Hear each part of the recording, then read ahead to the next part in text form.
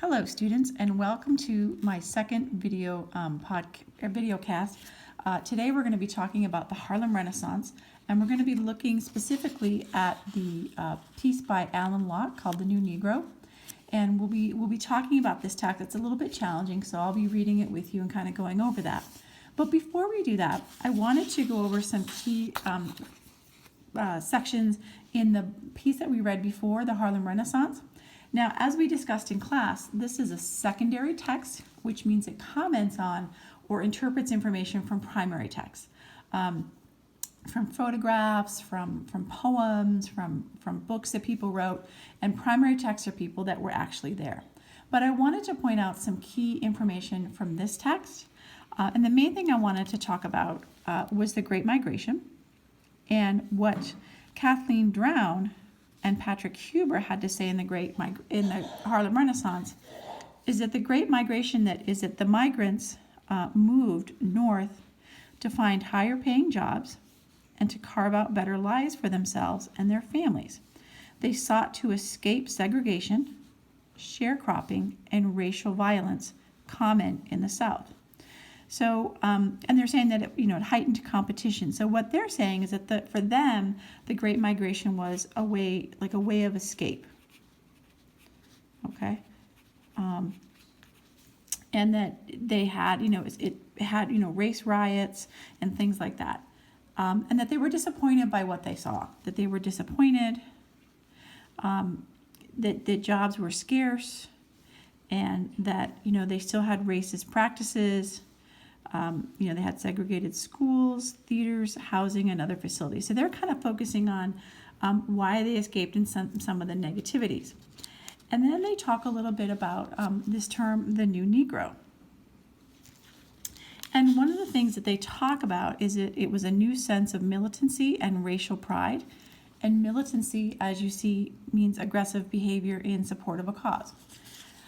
What they then go on to talk about, especially particularly in paragraph 4, is that the Harlem Renaissance, sometimes called the Negro Renaissance or the New Negro Movement, describes the period at the end of World War I and the onset of the Great Depression, during which African Americans produced a vast number. And then they talk about who came.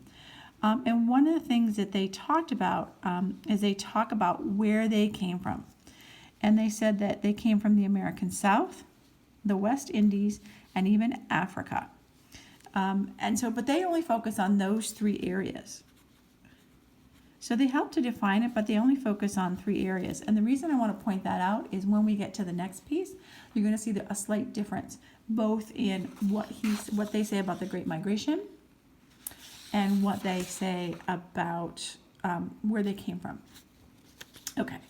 So let's move on to the main point, which is Alan Locke's The New Negro.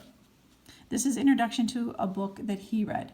So one of the things it says about Alan Locke is that Alan Leroy Locke, was an American writer, philosopher, educator, and a patron of the arts. He was the first African American Rhodes Scholar in 1907. And he basically was, he was kind of like the most important guy with this, what was going on. So let's go ahead and take a look let's read this together. But I am going to move the camera down a little bit because I think it might be a bit too high. So let's see how this works. Hold on one second. Give me 1 sec. Sorry about that, guys.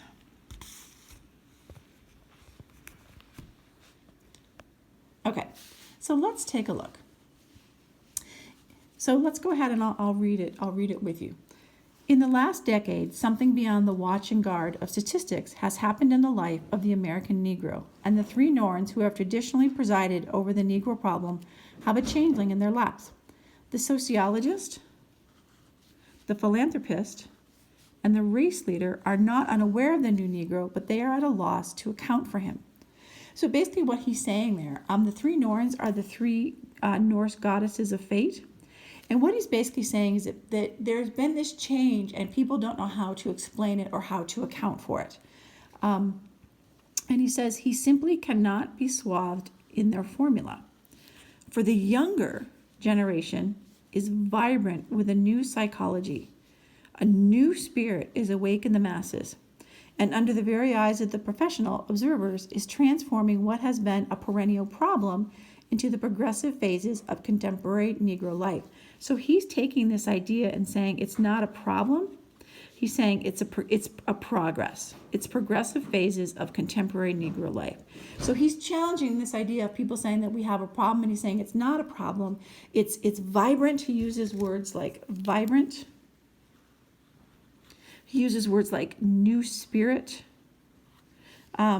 And he says it's a progressive. So he uses those words to say this is really an exciting time. So let's take a look at the next page now, what he has to say. So as you can see, it's already kind of a different terminology that he's using, very positive. And this I also wanted to point out would be a primary source because he lived it. Okay.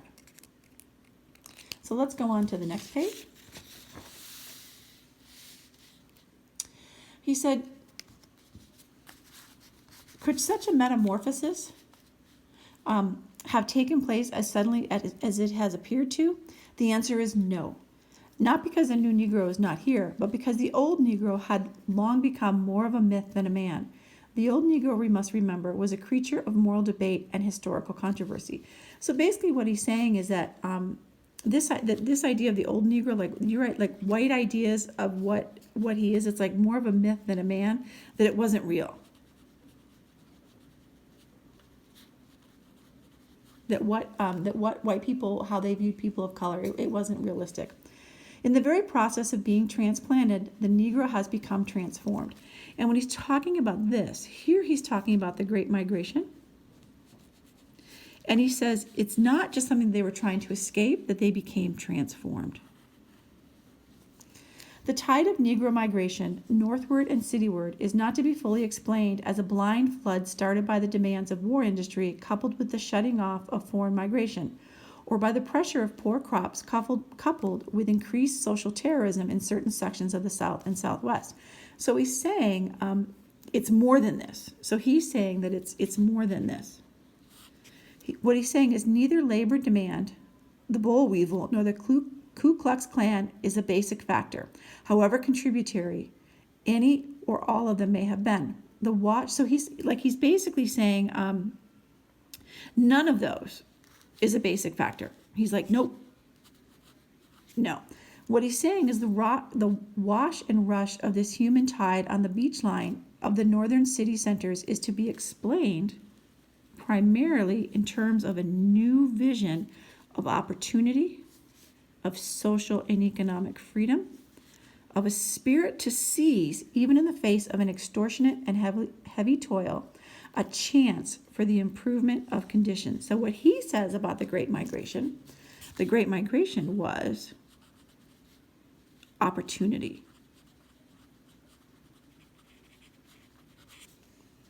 With each successive wave of it, the movement of the new Negro becomes more and more a mass movement toward the larger and more democratic chance. So it becomes a mass movement toward the larger and the more democratic chance.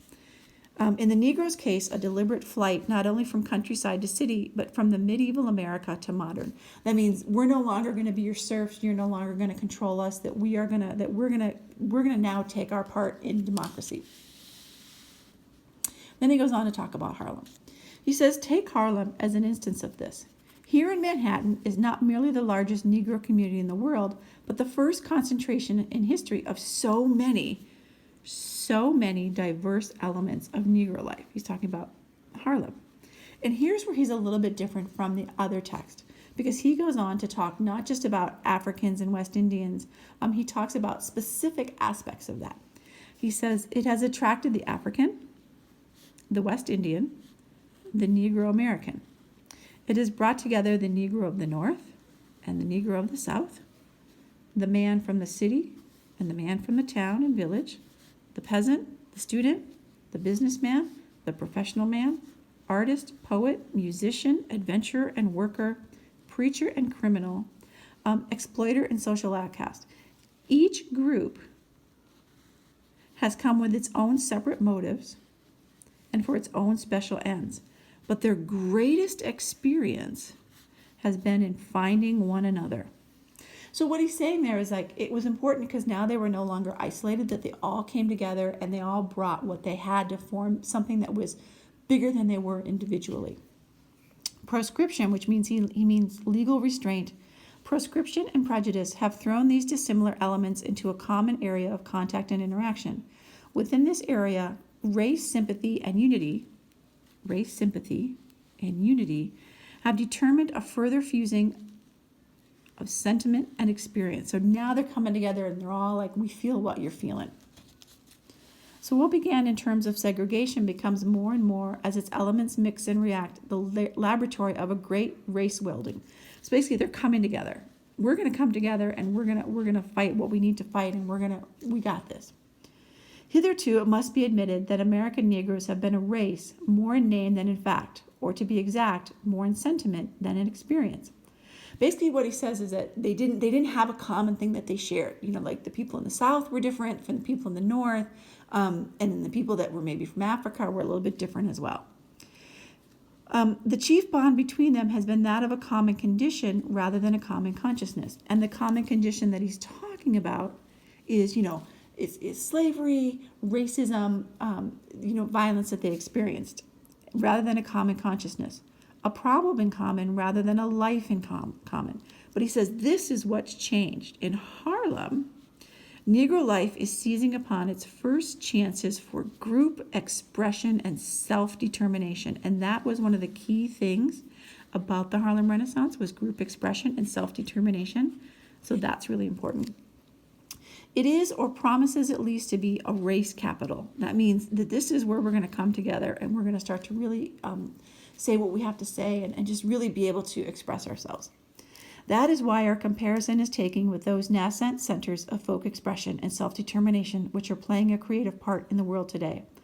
Without pretense to their political significance, Harlem has the same role to play for the new Negro as Dublin has had for the new Ireland or Prague for the new Czechoslovakia. So there we go. So now what I would encourage you to do is to kind of read through this again, perhaps think about how what this has to say, how that is different from or similar to this piece. And then there's some questions that you're going to want to go ahead and answer. I hope that this has been helpful, and I hope you guys have a great day. I miss seeing you every day, but for now, this is what we've got. Have a great day, everybody. Cheers.